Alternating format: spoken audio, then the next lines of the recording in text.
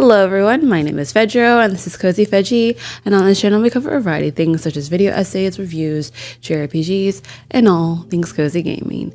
Now today I wanted to do a very chill, lax video, do a little mid-year check-in on all the games that I played this year so far in 2025.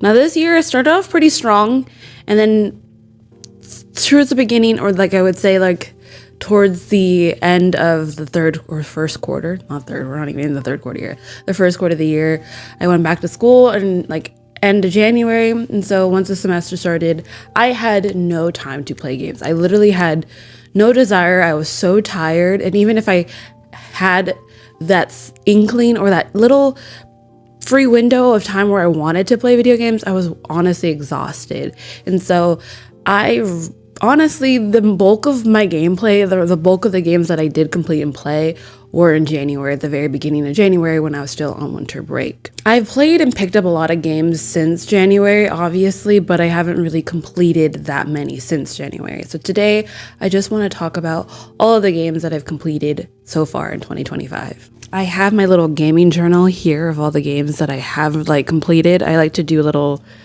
reflection of all the games that I've completed. There's only one that I haven't done that with yet. It's the most recent one, and I will make a spread for it later.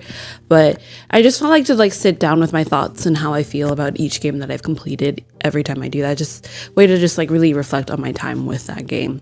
Not many, I know that might seem extra to some people, but that's just a thing that I like to do. But before we go into all the games that I'm played so far this year, I would love for you guys to hit that like and subscribe button to continue to see videos just like this. So let's get into all the games I played this year in 2025. So if I open up my journal and I look back, it's might be out of order, but yes, here it is. So the first game that I played, I don't know if you guys want to see the journal entry, but I guess I'll show it to you guys here, some of the pages. But the first game that I completed this year was actually a carryover of last year, and that is Trails of Cold Steel 3. Now, this was a game that I was really trying to beat at the end of last year, and I felt like I could, but I think I ended up finishing this, the day after New Year's, so January 2nd.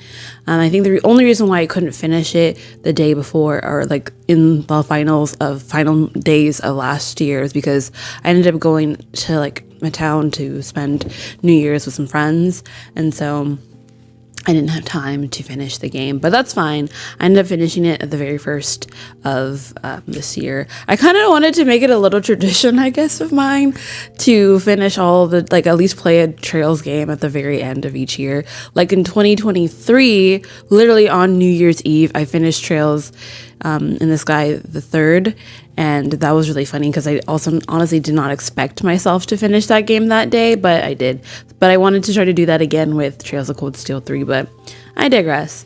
I ended up finishing it in obviously the second day of January, which is the first, the start of the new year, and I did write a lot about it, a whole page about it, but I just remember feeling whoa at the end of this game, just because they left on a huge cliffhanger. And I felt what's really interesting about Trails of Cold Steel 3 is it kind of feels like a new beginning for the Trails, or the Erebonia arc, or that Cold Steel arc, just because we're introduced to a slew of new characters. Rune, the protagonist that we play in this arc in the story, becomes a teacher at his alma mater, and he is now watching over and teaching these new kids that are new characters that we get to follow and grow with and learn about in this new game. So it just felt like a whole new entry. We got to explore more of Erebonia, got to know more about the world and the history of that world, and of course further along the plot. I will say that I feel like Trails of Cold Steel 3 was definitely, the beginning of when the story kind of got convoluted, in my opinion, because at this point, this is not really spoilery. It might be a little spoilery, but not it doesn't really do much to the overarching story. But for this one in particular, I felt like they added so many plots and seeds to the story that I'm like, I understand that this is a Trails franchise. It'll pay off and I will see the fruits of it later on. But it just felt like they were adding so many plot devices into this game, like into the series with this entry, that I kind of felt like I would get lost in the sauce a little bit. And I felt a little about this entry. The cliffhanger definitely had me on the edge of my seats, because I feel like more often than not, a lot of Trails games, they end on a cliffhanger. Especially with this arc of the series, a lot of the games end on cliffhangers. I don't think there's ever been a game in the Trails old steel arc where it hasn't left on a cliffhanger. But I knew that once this game ended, I still enjoyed my time. Out of all the Trails of the series, out of the JRPG genre, has a very consistent. I always have a consistent time playing them. I never leave the experience playing a Trails game ugh. I never leave with a sour taste in my mouth. I'm never bored. I'm always excited and really happy that I completed a Trails game and enjoyed my time. I think what I gave this game is I gave it a solid A. It was still a good time. Is it my favorite Trails game? No. And as of right now, I'm in the middle of Trails into Reverie. And I feel like once this series ends, I just have a feeling that, or not this series, but once the arc ends, I just know that it's not going to be my favorite arc of the entire franchise. Just because for me, in my opinion, I feel like this franchise started off really strong and did really well with the first Liberl arc and the Crossbell duology. And the Crossbell arc, I really loved my time with those characters, and the story plots and the build up in those games and those arcs were really, really fun. And I feel like with the Cold Steel arc, there's just so many characters to follow and keep track of that I kind of get lost in it. And the stories kind of gets we're really I don't know. I feel like we're getting more answers, but we're still getting more questions. That's what it was. I think I even wrote that in my my entry of this in my review, is that I feel like, yes, we got answers solved, but I felt like I left with more questions that I did answers. Which is not a bad or good thing. It's just I don't know. We're still we're at this point where we're kind of halfway through the franchise, and I still feel like I don't know much of what's going on. But nonetheless, I still enjoyed my time with Trails of Cold Steel 3. So the next game that I ended up picking up and playing was a very chill, but also very sad and gut-wrenching story, which was To the Moon on my PC. I wanted to play something short, sweet, to the point, but also engaging, and I've heard really great things about this game. I have been wanting to play this game for a long time. It's been on my wish list on Steam for a very long time, and each time there's a seasonal sale on Steam, I always contemplate on getting it because it's always dirt cheap. It's $1 or so, or $2 on the store when it's on sale during those seasonal sales. So this past winter, I decided to finally bite the bullet and finally buy it, and I'm so glad that I did. I gave this a solid A on this one as well. I'll even just read what I wrote on my journal entry. What a journey this game was. A short but bittersweet journey. It took me 5 hours to beat, and I'm left with a full and empty heart all at the same time. This game has been on my wish list on Steam for a long time, but with this past Steam sale, I decided to finally get it, and it was the best dollars I've ever spent. As someone who is a JRPG lover, I'm here for a great story. This game handles themes of loss, grief, and identity so well. A 9 out of 10 story and game. Again, like I said, I gave it a solid A. I really loved my time with this. I've heard nothing but good things about this game, and to think this was created by one person, and it was made on an RPG Maker. I don't remember, or either an RPG Maker or some type of game making site. And kudos to them. I know they've made other episodes to this franchise, but I know that you could still play this game and enjoy it for what it is. I enjoyed my time with it, and like I said, it's a really short time. I played it within a day, and I loved my time with it. So to keep that momentum going with the more chiller, cozier games, I picked up Coffee Talk. Now, this is another game that was on my Steam wishlist that I wanted to play for a very long time, and again decided to bite the bullet on this one as well. And I'm so glad that I did, because it was really a chill time with this one as well. My journal entry is this was another game on my Steam wishlist forever. So this holiday, I finally decided to hop on it and get it, and I definitely don't regret it. You get to play as a barista and an owner of a coffee shop that opens at late at night. Set in a fantastical world where creatures from all walks of life patron your shop, each regular has their own story that you get to see unfold as you make them sweet and cozy drinks. I thoroughly enjoyed the 4.5 hours of gameplay, and as the game progressed, I got invested into each character arc. I will definitely pick up the second episode in the future Steam sale. And I gave this one a solid A-. I feel like it was a very short time. It was like 4.5. Also finished this in like a day. It was just a sweet time. I feel like each character that walked into the coffee shop had their own little story. One of them was an aspiring writer. One was also an aspiring idol. Another was a guy who had a rough relationship or like a strained relationship with his daughter that he was trying to mend. Two friends who've been friends for decades come together again. Like, I just loved how each patron that came into the shop had their own story, had their own background, and confided in you, the barista, and to dive into their stories and their backgrounds and their personalities. It was such a fun time, and I definitely will have to pick up Coffee Talk episode 2, I think that's it's called. And I know that they just came out with a demo for Coffee Talk Tokyo, so I'm really into the very chill, cozy vibes of it. And I loved how in between each story you get to make really cozy, chill drinks for the characters as well. So in the similar vein of making drinks and cooking up things for people, the next game that I played is called Cook for Love. Now, this was a game that I randomly saw on the Nintendo eShop because at the time, for a Christmas gift from one of my friends, they gave me Nintendo eShop gift card, and so I decided to pick up this random game for like $2. I've never heard of it. I've never heard anyone talk about it. There's rarely any reviews on it. It was really, really short, but it was a fun time. It was like $2, and yeah, here's my little journal entry for what I wrote for this one. This was a game I picked up on a whim. My friend had gifted me a Nintendo eShop gift card, and instead of getting one big game with a gift card, I mainly got some small indie titles that caught my eye that I didn't pick up at the winter Steam sale. I saw this game on the deals page for $2, and the trailer seemed cozy and cute for the price, and said, why not? It took me 2 hours to beat. It was a very chill experience. You play as an inspiring chef as you grow a restaurant. Each day you would have a list of dishes to cook to help bolster your reputation and grow your restaurant. The story wasn't anything to run home about, and the gameplay got repetitive and predictable at times, but for the price and runtime, you're getting what you paid for. Now, this one I gave a solid C. Like, it wasn't anything revolutionary. It wasn't anything like horrible. I didn't like not enjoy my time with it, but it was just like a very chill 2 hours spent where I'm just copy and paste making cute little pastries, dishes for my restaurant. And it was a fun time for 2 hours. Like I said, for $2, it wasn't like breaking my bank, and like I feel like I got what I paid for in that game. Would I recommend this to someone?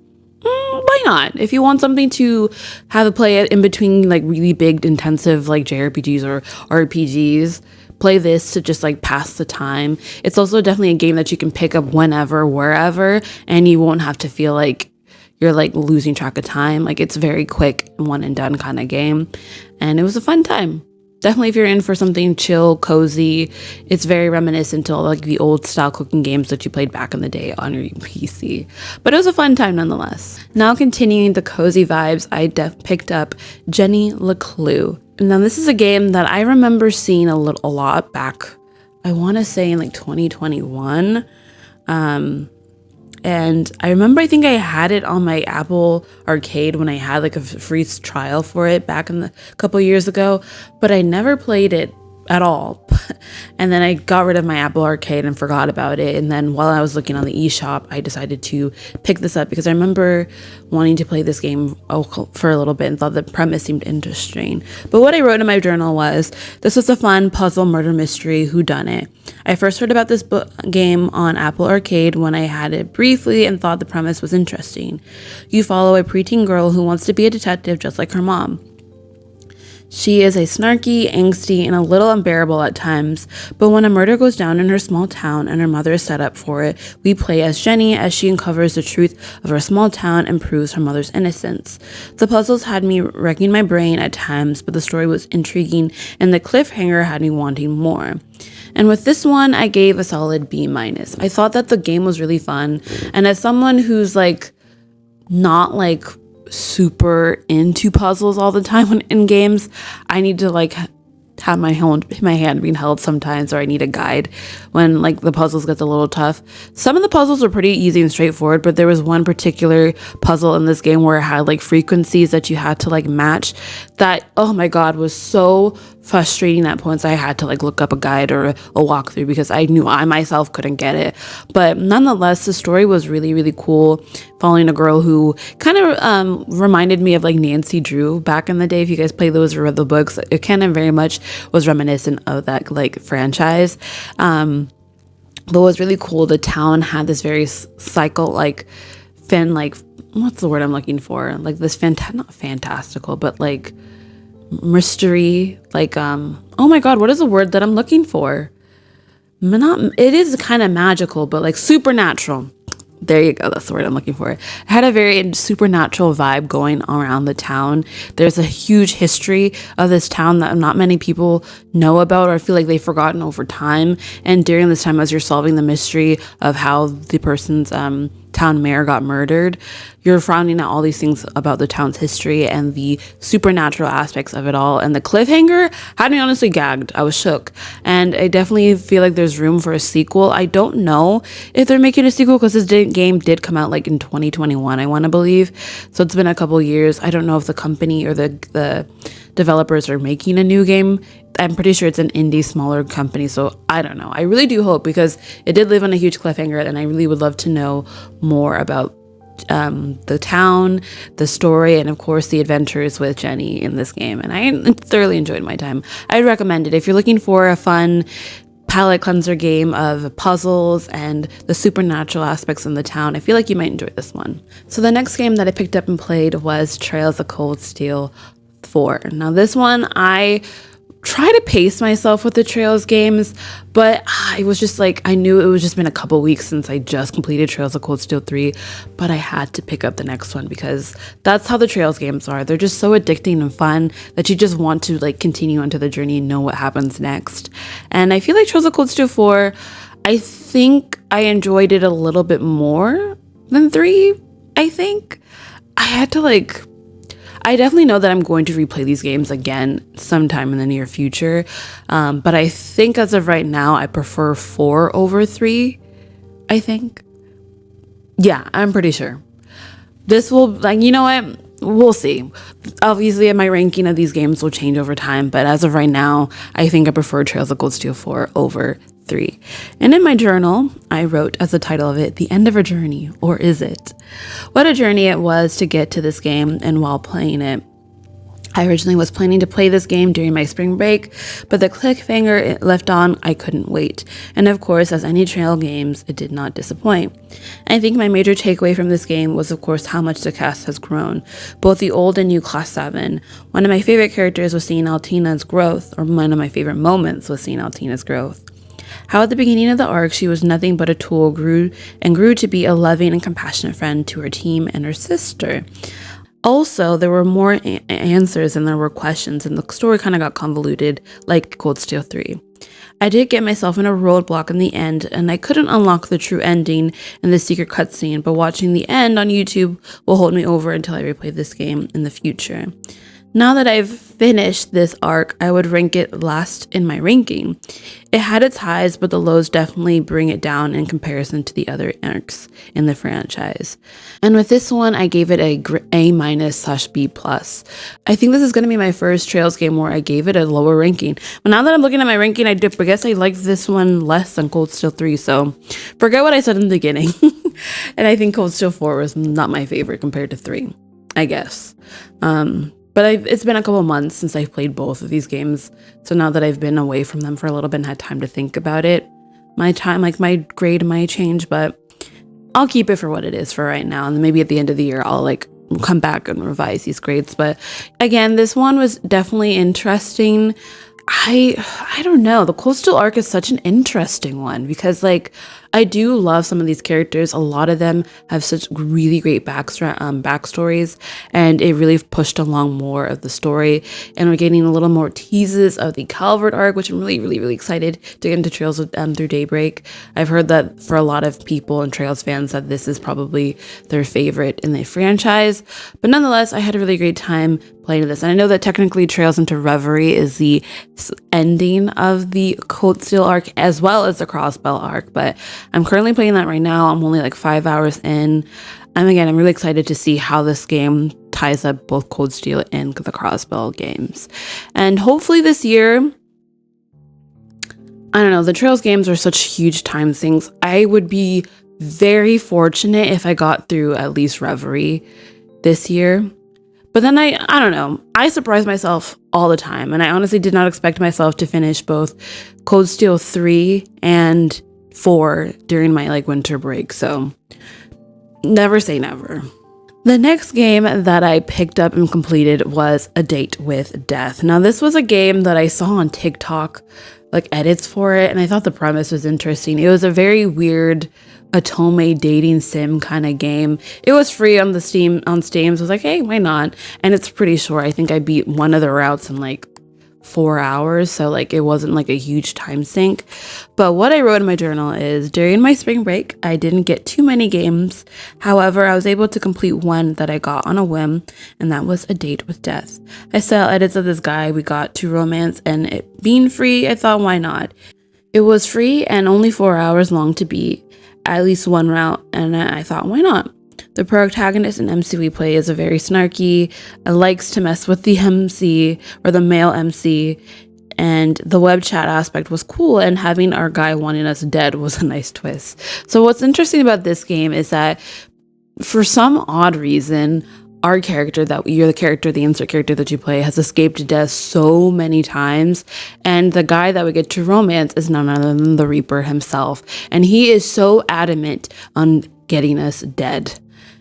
He wants her soul for whatever, because we've been escaped it so many times. And to get us to like get to know us, or to like, the only way to contact us was through web chat and FaceTiming with the character, the MC. And during that week leading up to like to your death day, we get to know him and yourself throughout the time, and there's becomes a little romance that grows between you and the Reaper, and the relationship between them is really funny. They have a really fun banter between them, and it was definitely different than your normal Otome dating sim game. It was a fun time. The ending that I got was pretty sad and tragic. Spoiler if you want to play it, but I ended up getting one of the routes where I died. Sad, but I feel like that's such a me thing for me to get a route where I do die. But I had fun, and I definitely think for the time that I spent with it, it was a great time, and I could definitely see myself going back to it to go to the other routes or get the other routes in between long JRPGs or RPGs games. So I had a fun time with this one, and I think I gave this a solid B for the grade for this one. I feel like if you are a fan of Otome dating sim games, I definitely would say pick this up because it's free, so why not? Now, the last game that I've completed so far this year is, I have not made a journal entry, and all of the thoughts that I'm feeling about it is relatively fresh because I literally just finished this game at the time of filming this video like 3 days ago, and that is Rune Factory Guardians of Azimma. Now this is a game that I've been really excited to get into, and I've heard really great things about. The reviews were really hyped, and this was definitely one of my highly anticipated releases of 2025. I, funnily enough, have played other Rune Factory games, but none of them have really clicked to me like Rune Factory or Guardians of Azimma did. I played a bit of Rune Factory 4. I tried playing Rune Factory 5 on the Switch when it first came out and failed miserably. But for whatever reason, I mean, there's plenty of reasons, but Guardians of Azimma really just clicked with me. I got hooked immediately. I feel like the story got going right away. I honestly loved the characters. The combat was a lot of fun. And the MC that we get to play is fully voiced. They have thoughts. They are not a silent protagonist. They have agency, like they have a personality. And I feel like that's what plagued the other Rune Factory games, because I get it, they're supposed to be a little bit more self-inserty than other games, but having the protagonist have voice lines and talk, I felt made the game feel a little bit more natural and made me want to pursue more of the romance and like the getting to know the characters more, because it just felt more organic that way than like the character being silent most of the time. Also, the farming aspect of this game was really fun and really intuitive. What's really cool about this one is that you get to have a farm for different regions. So you have a spring, a summer, a fall or autumn, and winter region. And each region you get to build and their own little farms. And the whole premise of this game is that you're supposed to be the earth dancer that's to help purify the world of this blight that is tainted the world and restore the powers of each god. And there is an underlying villain that I won't talk too much about it because they kind of come later on in the game. But oh my god, I really genuinely had a blast with this game. I played it on story mode because I don't know, I love to play games on the easier difficulties because I'm here for a fun time, not a hard time. And it went like really, really quickly. I feel like if I did play it normal or harder, I feel like the combat would definitely be a lot harder, because I'm not gonna lie, the bosses in this game especially towards the latter half kind of like was kicking my butt, and I was kind of like, oh my god, hopefully I can beat these bosses. But I really love the customization with this game. Like I said, the characters were really fun. The character that I chose from romance was Marasame. Loved him. He's such a himbo. But I honestly loved my time with this game. I'm not even done with it. I barely scratched the surface because I kind of like beelined through the main story of this game, because I don't have that much time, and I got a lot of games I want to play this summer. But this is definitely a game that I will for sure go back to flesh out more the story, like polish up and customize my farms in each of my regions a lot better. And yeah, I really, really, really, really wholeheartedly recommend anyone play this game. If you're anybody that's like interested in this game, pick it up. If you are interested in like don't want to pay full price, wait for it to go on sale. I played it majority on my Steam Deck, and it ran flawlessly on this one. I had no issues, no hiccups, nothing. Like, I had a great time. And I've heard that this game runs relatively well on the Switch and Switch 2. So, and what's great about the Switch 2 version of it is that you can play the Switch 2 cart on a Switch 1, and so those people who are currently still have a Switch and are waiting to upgrade to the Switch 2 later on, you can still play this copy on both of your consoles, which is great. And it's a full game that's on cart, which is great because not many games in the Switch 2 are doing that. So I highly recommend picking up that game. And that is pretty much all of the games that I played so far in 2025. We're only halfway through. We still got a whole another half of this year. I'm really curious as to how my second half is going to play out, because I still have 2 months left of my summer vacation. So I definitely have a lot of games that I definitely plan to pick up. Like I mentioned in the video prior, I have like 15 games that I want to play this summer. I know that will have a lot more free time during the holidays, but once fall comes around, I feel like my consoles are going to miss me and I'll miss them too. But I'm excited to see all the journeys that I get into with all the games that I play this year. And I would love to know what games you've played and completed this year as well. If you guys enjoyed this video, do not forget to hit that like and subscribe button. And I can't wait to see you guys in the next one. Bye.